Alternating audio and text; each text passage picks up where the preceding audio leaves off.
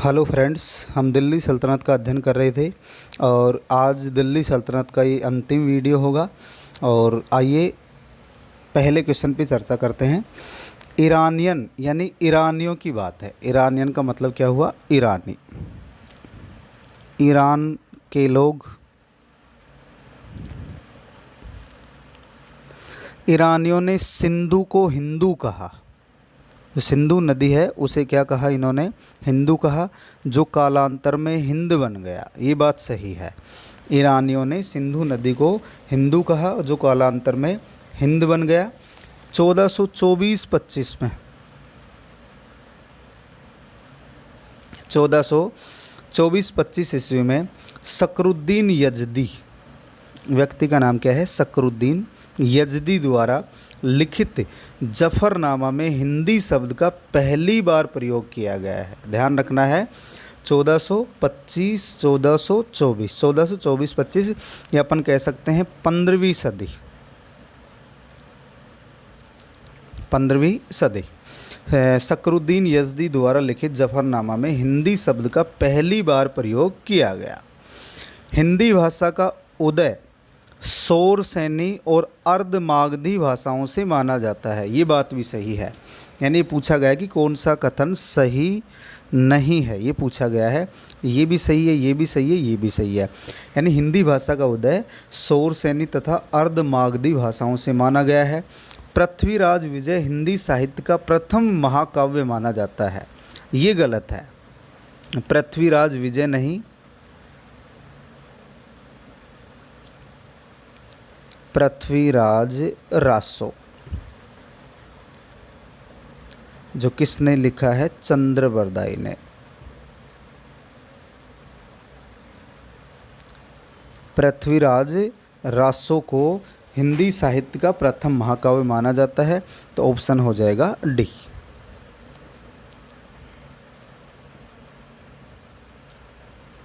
अगला क्वेश्चन देखिए। आदिकाल में खड़ी बोली में साहित्य की रचना करने वाला, आदिकाल में खड़ी बोली में साहित्य की रचना करने वाले पहले साहित्यकार कौन थे? आदिकाल में खड़ी बोली में साहित्य की रचना करने वाले पहले साहित्यकार कौन थे? तो ये क्वेश्चन पूछा गया है। तो इसमें ऑप्शन है अमीर खुसरो, चंद्रबरदाई, बर्नी और दादू दयाल। तो इसका सही जवाब होगा अमीर खुसरो। सही जवाब क्या होगा? अमीर खुसरो। तो आदिकाल में खड़ी बोली में साहित्य की रचना करने वाले पहले साहित्यकार कौन थे? अमीर खुसरो। और अमीर खुसरो के पश्चात यदि हम बात करें, यानी गेसुदराज जो सूफी संत थे, उन्होंने भी हिंदी शब्दों का प्रयोग किया था। गेसुदराज, इसके द्वारा भी हिंदी शब्दों का प्रयोग किया जाता है। अगला क्वेश्चन देखिए। धर्मदास द्वारा किया गया कबीर की वाणी का संग्रह किस नाम से प्रसिद्ध है? कबीर की वाणी का संग्रह, यानी कबीर के बारे में हम जब भक्ति आंदोलन से संबंधित चर्चा करेंगे वहाँ बात करेंगे। ये निर्गुण भक्ति संत थे, निर्गुण संत कबीरदास जी। तो कबीरदास जी की जो वाणी है उसका संग्रह किस नाम से प्रसिद्ध है, जो किसके द्वारा संकलित किया गया है? धर्मदास के द्वारा। तो इसका सही जवाब होगा बीजक। इसके बाद 3 शब्द हैं, साखी शब्द और रेमनी। साखी शब्द और रेमनी, ये तीनों बीजक के भाग हैं।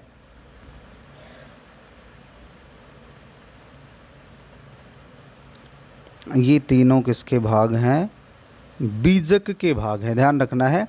तो बीजक कबीर की वाणी का संग्रह है, संग्रह धर्मदास के द्वारा किया गया। साखी शब्द और रेमनी, ये बीजक के 3 भाग हैं। ये बीजक के क्या हैं? 3 भाग हैं। और इन्होंने अपनी जो रचना है वो पंचमेल खिचड़ी, यानी मिश्रित बोली की बात कर रहे हैं अपन। मिश्रित में जैसे अवधी, ब्रज, पूर्वी यानी बिहारी और फारसी भाषाओं का मिश्रण किया है। तो इनकी जो रचनाएं हैं वो रचनाएं पंचमेल खिचड़ी, पंचमेल खिचड़ी, अथवा जिसे हम क्या कह सकते हैं? सदुक्कड़ी। या इसी को हम क्या कह सकते हैं, सधुकड़ी,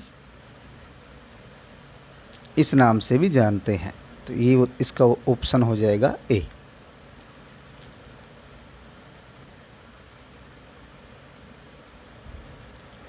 अगला क्वेश्चन देखिए, निम्न में से कौन सी रचना मलिक मोहम्मद जायसी की नहीं है? मलिक मोहम्मद जायसी की नहीं है। मृगावती, ये जो मृगावती रचना है ये कुतुबुन की रचना है। कुतुबन,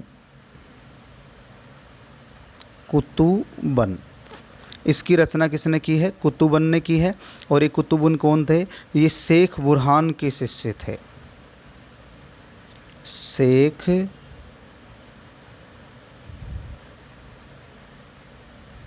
बुरहान के शिष्य थे। ये शेख बुरहान के शिष्य थे।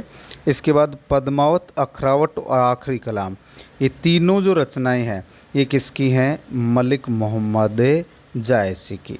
ये तीनों रचनाएं किसकी हैं? मलिक मोहम्मद जायसी की। हमसे पूछा गया है कौन सी रचना नहीं है, तो इसका सही जवाब हो जाएगा मृगावती। सही जवाब क्या होगा इसका? मृगावती। तो मृगावती किसकी रचना है? कुतुबन की रचना है। अगला क्वेश्चन देखिए, जिया नक्शबी, व्यक्ति का नाम है जिया नक्शबी, ने किसके शासनकाल में सुख सप्तति, सुख सप्तति, सुख सप्तति, जिया नक्शबी ने किसके शासनकाल में सुख सप्तति नामक संस्कृत भाषा के ग्रंथ का फारसी भाषा में अनुवाद किया है? संस्कृत भाषा का ग्रंथ है और इसका फारसी भाषा में अनुवाद किया गया है। तो ये अनुवाद किसके शासनकाल में किया गया? इसका सही जवाब है अलाउद्दीन खिलजी, गयासुद्दीन तुगलक, मोहम्मद बिन तुगलक, फिरोज शाह तुगलक। तो सही जवाब होगा फिरोज शाह तुगलक। इसका सही जवाब क्या है? फिरोज शाह तुगलक। जिया नक्शबी ने फिरोज शाह तुगलक के समय सुक्त सप्तति नामक संस्कृत भाषा के ग्रंथ का फारसी भाषा में अनुवाद किया था।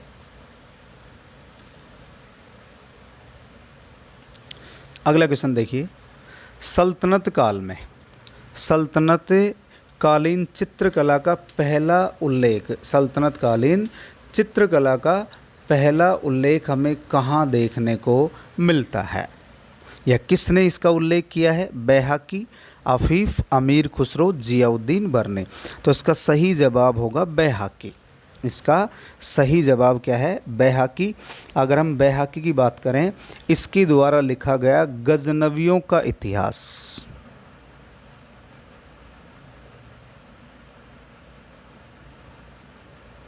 गजनवियों का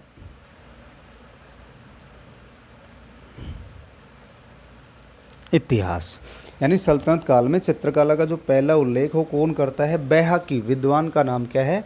बैहाकी। और इसने गजनवियों का इतिहास नामक अपनी रचना में चित्रकला का उल्लेख किया है। इसी प्रकार यदि हम यहाँ बात करें अमीर खुसरो की, अमीर खुसरो की जो रचना है नूहे सिपेहर, नूहे सिपेहर, अमीर खुसरो की रचना है नूहे सिपेहर। इसमें सुंदर चित्रित वस्त्रों का वर्णन मिलता है, चित्रित वस्त्रों का वर्णन इसमें मिलता है। तो इसका उत्तर तो हो जाएगा बैहाकी। यदि अफीफ की बात करें, यानी शम्स ए सिराज अफीफ, शम्स ए सिराज अफीफ, और इसकी रचना है तारीख ए फिरोज शाही। जो बरने की भी रचना है तारीख ए फिरोज शाही। शम्स ए सिराज अफीफ ने अपनी रचना तारीख ए फिरोज शाही में चित्रकला से संबंधित सर्वाधिक महत्वपूर्ण प्रसंग दिए हैं। और इसी पुस्तक में फिरोज शाह तुगलक के द्वारा भित्ति चित्रों का जो निर्माण करवाया गया था, FST, फिरोज शाह तुगलक के द्वारा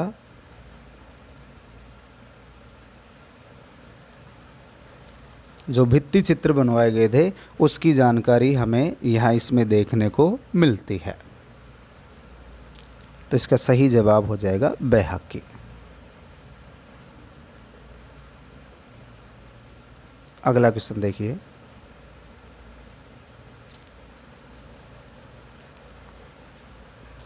निम्नलिखित में से कौन सा कथन सत्य नहीं है? निम्नलिखित में से कौन सा कथन सत्य नहीं है? देखिए, पहला ऑप्शन है, यानी सत्य नहीं है पूछा गया इसमें, इस्लाम धर्म द्वारा संगीत वर्जित है। इस्लाम में संगीत वर्जित है, इस कारण सल्तनत के कुछ प्रारंभिक सुल्तानों ने इस ओर ध्यान नहीं दिया।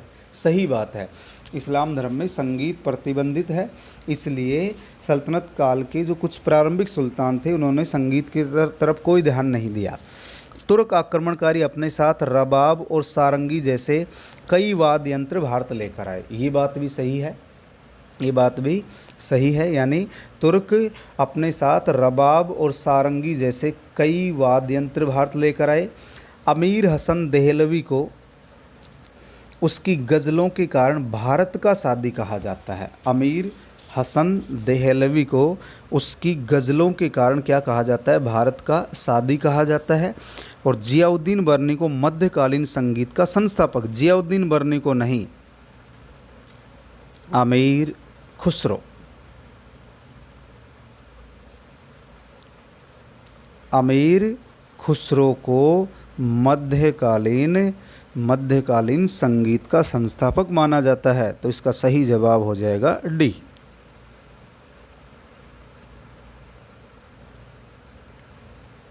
अगला क्वेश्चन देखिए, दिल्ली सल्तनत के किस शासक ने भारतीय और ईरानी संगीतज्ञों की प्रधान तुर्मती खातून, यहाँ लेडीज का नाम क्या है? तुर्मती खातून। क्वेश्चन दोबारा देखिए, दिल्ली सल्तनत के किस शासक ने भारतीय और ईरानी संगीतज्ञों की प्रधान तुर्मती खातून को फारस से बुलाया था? तुर्मती खातून को कहाँ से बुलाया था? फारस से। तो इसका सही जवाब होगा अलाउद्दीन खिलजी। सही जवाब क्या होगा? अलाउद्दीन खिलजी। जबकि ध्यान रखना है, जलालुद्दीन खिलजी के समय नुसरत खातून थी। नुसरत खातून ये किसके समय थी? जलालुद्दीन खिलजी के समय। गयासुद्दीन तुगलक की यदि हम बात करें, इसने संगीत पर प्रतिबंध लगा दिया था। ये संगीत का विरोधी था, ध्यान रखेंगे, ये संगीत का विरोधी था। इसने संगीत पर प्रतिबंध लगा दिया था। और मोहम्मद बिन तुगलक की यदि हम बात करें, मोहम्मद बिन तुगलक के दरबार में 1200 संगीतकार थे। 1200 संगीतकार किसके दरबार में थे? मोहम्मद बिन तुगलक। इसका सही जवाब हो जाएगा अलाउद्दीन खिलजी।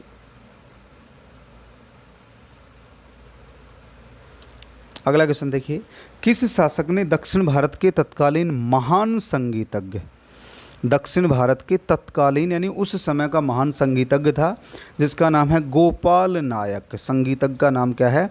गोपाल नायक को अपने दरबार में आमंत्रित किया था? अलाउद्दीन खिलजी, गयासुद्दीन तुगलक, फिरोज शाह तुगलक और सिकंदर लोदी। अलाउद्दीन खिलजी ऑप्शन है आपके सामने, अलाउद्दीन खिलजी। तो सही जवाब तो होगा अलाउद्दीन खिलजी। गयासुद्दीन तुगलक की हम बात कर चुके हैं। गयासुद्दीन तुगलक ने संगीत पर प्रतिबंध लगा दिया था। और यदि हम फिरोज शाह तुगलक की बात करें, फिरोज शाह तुगलक के समय संगीत का एक शास्त्रीय ग्रंथ है, संगीत का एक शास्त्रीय ग्रंथ है और उस ग्रंथ का नाम है राग दर्पण। राग दर्पण। और इस राग दर्पण का कौन सी भाषा में अनुवाद करवाया था? फारसी भाषा में अनुवाद करवाया था। ध्यान रखना है, गयासुद्दीन तुगलक तो संगीत पर प्रतिबंध लगा देता है। फिरोज शाह तुगलक ने संगीत का एक शास्त्रीय ग्रंथ है राग दर्पण, उसका फारसी भाषा में अनुवाद किया था। और यदि हम सिकंदर लोदी की बात करें, सिकंदर लोदी के समय एक संगीत का ग्रंथ तैयार हुआ था जिसका नाम है लज्जत ए सिकंदरी। लज्जत ए सिकंदरी, ये किसके समय तैयार होता है? सिकंदर लोदी। तो इसका सही जवाब होगा अलाउद्दीन खिलजी। इसके बाद देखिए,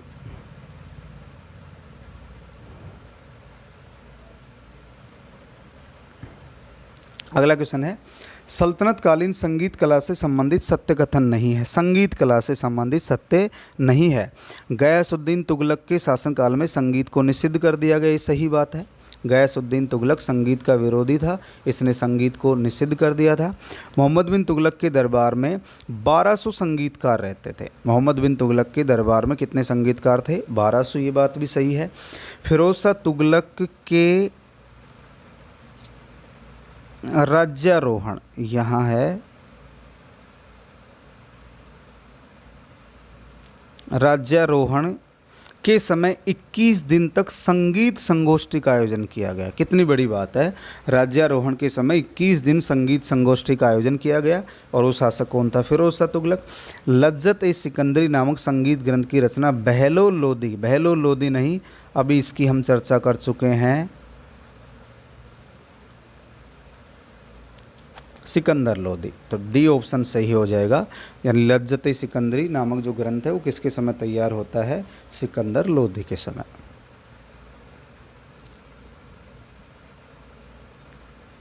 निम्न में से किसके द्वारा भारतीय संगीत में कव्वाली गायन को प्रचलित किया गया था? भारतीय संगीत में कव्वाली गायन को किसके द्वारा प्रचलित किया गया था? क्वेश्चन पूछा गया है, किसके द्वारा कव्वाली गायन को प्रचलित किया गया था? अमीर खुसरो, जियाउद्दीन बर्नी, मिन्हाजुल सिराज और इब्न बतूता। इसका सही जवाब होगा अमीर खुसरो। अमीर खुसरो के द्वारा कव्वाली का प्रचलन किया गया था। अगला क्वेश्चन है, वर्तमान सितार का आविष्कार। वर्तमान का पूछा गया है, यद्यपि सितार और तबला का आविष्कार खुसरो को माना जाता है। सितार और तबला, इन दोनों का आविष्कार किसको माना जाता है? किसको माना जाता है? अमीर खुसरो को माना जाता है। यदि हम सितार की बात करें, सितार का जो निर्माण है वो ईरानी तंबूरा,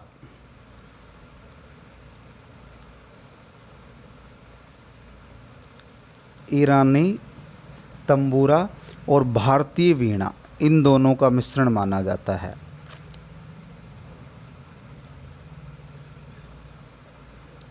भारतीय वीणा और ईरानी तंबूरा को मिलाकर के या इन दोनों का मिश्रण क्या माना जाता है? सितार। तो सितार और तबला का जो आविष्कार है वो तो किसको माना, आविष्कार करता किसको माना जाता है? अमीर खुसरो को।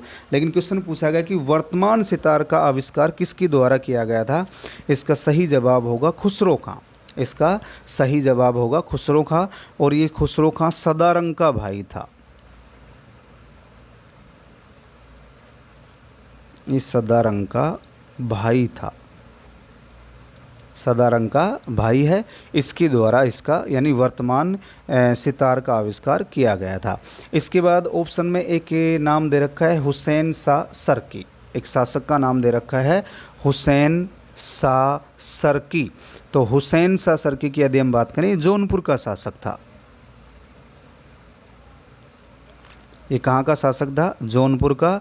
और ये स्वयं एक यानी प्रसिद्ध संगीतकार था। ये स्वयं प्रसिद्ध संगीतकार था और इसने ख्याल राग को भारतीय शैली में प्रचलित करवाया था।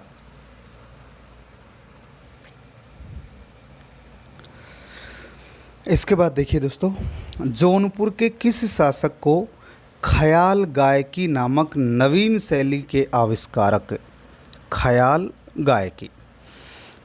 गायकी नामक नवीन शैली के आविष्कारक तथा महान संगीतज्ञ होने के कारण नायक की उपाधि दी गई थी?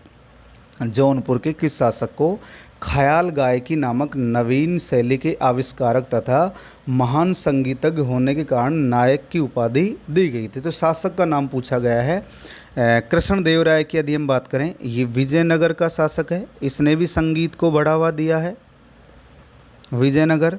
जैनुल आबदीन, ये कश्मीर का शासक है।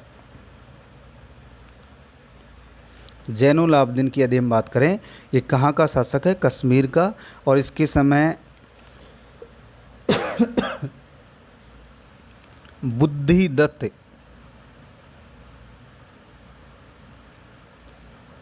बुद्धिदत्त नामक विद्वान था और इसने संगीत पर ग्रंथ की रचना की। इसने संगीत कला पर ग्रंथ लिखा था।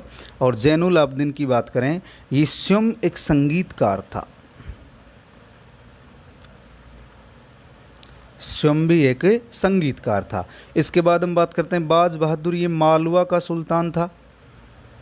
बाज बहादुर कहाँ का सुल्तान था? मालवा का। और इसकी पत्नी रूपमती, इसकी पत्नी थी रूपमती, ये भी संगीत प्रेमी थी, ये भी संगीत प्रेमी थी। तो मालवा का सुल्तान था बाज बहादुर, बाज बहादुर, और उनकी पत्नी रूपमती, ये भी संगीत के प्रेमी थे। और एक ऑप्शन बच गया हमारे सामने ए। तो इसका सही जवाब तो है हुसैन शाह सरकी। हुसैन शाह सरकी ने ख्याल राग को भारतीय संगीत में शामिल किया। अभी हम चर्चा कर चुके, इसमें लिखा हुआ भी है, ख्याल राग को भारतीय संगीत में इसने शामिल किया है। और दूसरी यदि हम बात करें, उत्तर भारत का पहला संगीत सम्मेलन इसी ने बुलाया था।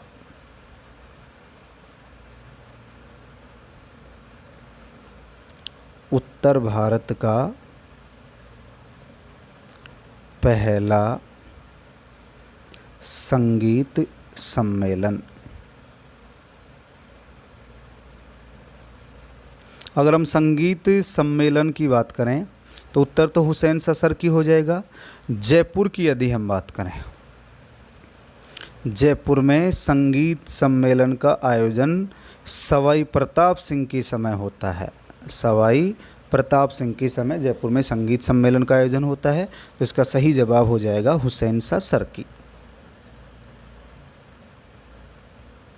अगला क्वेश्चन है, बाज बहादुर का संबंध कहाँ से था? जो एक संगीत प्रेमी शासक था। बाज बहादुर का संबंध अभी हम चर्चा भी कर चुके हैं, ये कहाँ का शासक था? मालवा का। तो विजयनगर का अभी चर्चा की है हमने, कृष्णदेवराय। विजयनगर का शासक कौन था? कृष्णदेवराय, ये भी संगीत का प्रेमी था। उसके बाद ग्वालियर, ग्वालियर की यदि हम बात करें, यहाँ का शासक था मान सिंह। ग्वालियर का शासक कौन था? मान सिंह था। और मान सिंह के समय मान कोतूहल,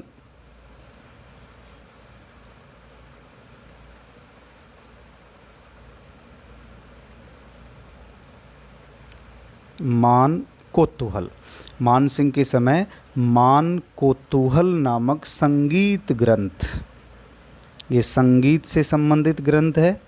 और इस संगीत ग्रंथ की रचना, इस संगीत ग्रंथ की रचना किसके समय होती है? मान सिंह के समय, जो कहाँ का शासक है? ग्वालियर का शासक है। कहाँ का शासक है? ग्वालियर का। तो ध्यान रखना है। तो अगर मान सिंह की बात करें, मान सिंह का जो दरबारी संगीतकार था, इसकी बात करें, हम ग्वालियर की बात कर रहे थे, इसका दरबारी संगीतकार, इसका जो दरबारी संगीतकार था वो था भक्सु। भक्सु, इसका दरबारी संगीतकार कौन था? भक्सु। तो इसका सही जवाब हो जाएगा मालवा।